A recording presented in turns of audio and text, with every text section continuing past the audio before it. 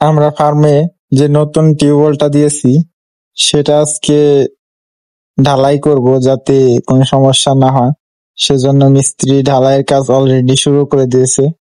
কলপারটাকে সুন্দরভাবে ঢাল দিয়ে ঢালাই করব যাতে সব পানি গড়িয়ে সাইড দিয়ে পড়ে যায়, যাতে ওখানে কোনো পানি জমে না থাকে। সেজন্য দেখুন মিস্ত্রি কত সুন্দরভাবে তার হাত দ্বারা ফিনিশিং করে দিচ্ছে আমাদের কলপারটাকে।